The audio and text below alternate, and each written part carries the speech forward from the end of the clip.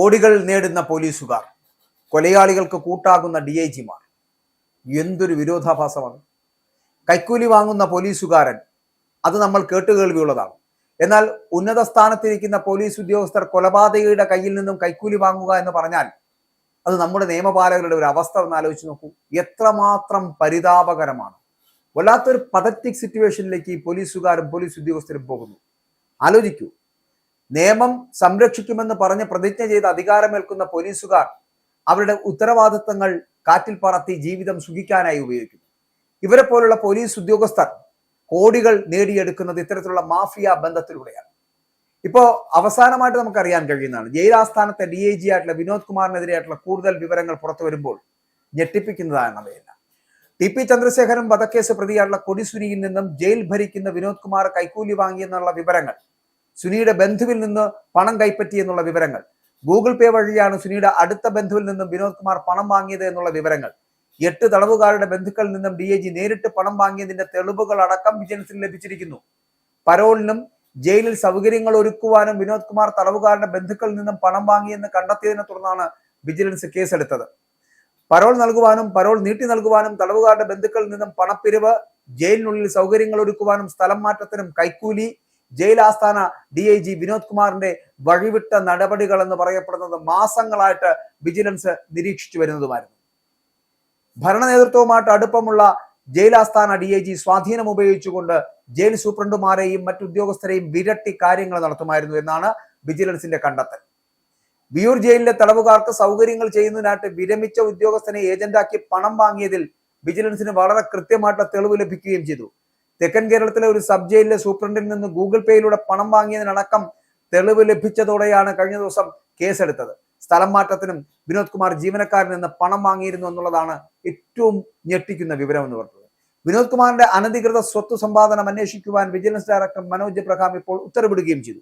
സ്ഥിരമായിട്ട് ജോലിക്ക് ഹാജരാകാത്തതിന് Kannur jail സൂപ്രണ്ടായിരുന്നപ്പോൾ suspension നേരിട്ട ആളാണ് ഈ വിനോദ് കുമാർ. TP കേസിലെ പ്രതികൾക്ക് വിയൂരിൽ വഴിവിട്ട സൗകര്യങ്ങൾ ഒരുക്കിയതിനാണ് രണ്ടാമത്തെ സസ്പെൻഷൻ. വകുപ്പ് തല അന്വേഷണങ്ങളെല്ലാം ഒതുക്കി ഒന്നാം പിണറായി സർക്കാരിന്റെ കാലത്ത് DIG ആയിട്ട് ഉയർത്തിയ വിനോദ് കുമാറിനെ ജയിൽ ആസ്ഥാനത്ത് നിയമിക്കുകയും ചെയ്തു. നിരവധി പരാതികൾ വന്നപ്പോഴും ജോലിയിൽ വീഴ്ച വരുത്തിയപ്പോഴും DIGയെ ജയിൽ ആസ്ഥാനത്ത് മാറ്റണമെന്ന് ജയിൽ മേധാവിമാർ ആഭ്യന്തര വകുപ്പിനോട് പല വട്ടം ആവശ്യപ്പെട്ടുവെങ്കിലും ഉദ്യോഗസ്ഥന് സംരക്ഷണം നൽകുകയായിരുന്നു സർക്കാർ ചെയ്തത്. വിരമിക്കാൻ 4 മാസം ബാക്കി നിൽക്കിയാണ് വിജിലൻസ് ഇപ്പോൾ കേസിൽ പ്രതിയാക്കുന്നത്. പരോൾ നൽകാൻ പ്രതികളുടെ ബന്ധുക്കളിൽ നിന്ന് 1.80 ലക്ഷം രൂപ, 1,80,000 രൂപ വാങ്ങി എന്നുള്ള കണ്ടെത്തൽ. ADGP കഴിഞ്ഞാൽ തൊട്ടടുത്തുള്ള ഏറ്റവും പ്രധാനപ്പെട്ട പദവിയിലുള്ള ഉദ്യോഗസ്ഥനാണ് DIG വിനോദ് കുമാർ. കൈക്കൂലി വാങ്ങി എന്ന് പ്രാഥമിക അന്വേഷണത്തിൽ കണ്ടെത്തിയതിന്റെ അടിസ്ഥാനത്തിലാണ് വിജിലൻസ് കേസെടുത്തത്. ഗൂഗിൾ പേ വഴി വിനോദ് കുമാറിന്റെയും ഭാര്യയുടെയും അക്കൗണ്ടിലേക്ക് പണം വാങ്ങി എന്നാണ് കണ്ടെത്തിയിട്ടുള്ളത്. 1,80,000 രൂപ വാങ്ങിയതായിട്ട് വിനോദ് കുമാറിന്റെ അക്കൗണ്ട് പരിശോധിച്ചപ്പോൾ കൃത്യമായിട്ട് വ്യക്തമാവുകയും ചെയ്തു. പൂജപ്പുരയിലുള്ള വിജിലൻസ് യൂണിറ്റ് DYSPക്കാണ് ഇതിന്റെ ഇപ്പോഴത്തെ അന്വേഷണ ചുമതല എന്ന് പറയപ്പെടുന്നത്. കേസെടുത്ത പശ്ചാത്തലത്തിൽ വിനോദ് കുമാറിനെ സർവീസിൽ നിന്നും സസ്പെൻഡ് ചെയ്യും. ജയിൽ കോഴ കേസിൽ കേസെടുത്ത് അന്വേഷണം നേരിടുന്ന ജയിൽ ആസ്ഥാനത്തെ DIG വിനോദ് കുമാറിനെതിരെ കൂടുതൽ വിവരങ്ങൾ പുറത്തു വരികയാണ്. 1 മാസം കൊണ്ട് ഇവരുടെ രണ്ടുപേരുടെയും അക്കൗണ്ടുകളിലേക്ക്, അതായത് വിനോദ് കുമാറിന്റെയും അദ്ദേഹത്തിന്റെ ഭാര്യയുടെയും അക്കൗണ്ടുകളിലേക്ക് വന്നത് കോടികളാണ്, ലക്ഷങ്ങൾക്ക് മുകളിലാണ്. 1 മാസം കൊണ്ട് എത്തിയത് ഏകദേശം 38 ലക്ഷത്തോളം രൂപയാണ് വിനോദ് കുമാറിന്റെ അക്കൗണ്ടിലേക്ക് എത്തിയത്. 46 ലക്ഷത്തോളം രൂപയാണ് വിനോദ് കുമാറിന്റെ ഭാര്യയുടെ അക്കൗണ്ടിലേക്ക് എത്തിയത്. ഇതൊക്കെ എന്തൊരു മറിമായമാണ്. ശമ്പളം പോലും തികയുന്നില്ല. അതുകൊണ്ട് ലക്ഷക്കണക്കിന് ശമ്പളമാണ് വാങ്ങുന്നത്. എന്നിട്ട് അതുപോലും തികയുന്നില്ല. പകരം ഇത്തരത്തിലുള്ള വിക്രയകളിലൂടെ, മാഫിയ ബന്ധങ്ങളിലൂടെ കൊലയാളികൾക്ക് കൂട്ടുനിന്നുകൊണ്ട് ഇത്തരത്തിലുള്ള പ്രവർത്തനങ്ങൾ നടത്തുന്ന ഇവരാണോ നിയമപാലകർ? ഇവരെയാണോ നമ്മൾ നിയമപാലകർ എന്ന് പറഞ്ഞ് സ്വീകരിക്കേണ്ടത്?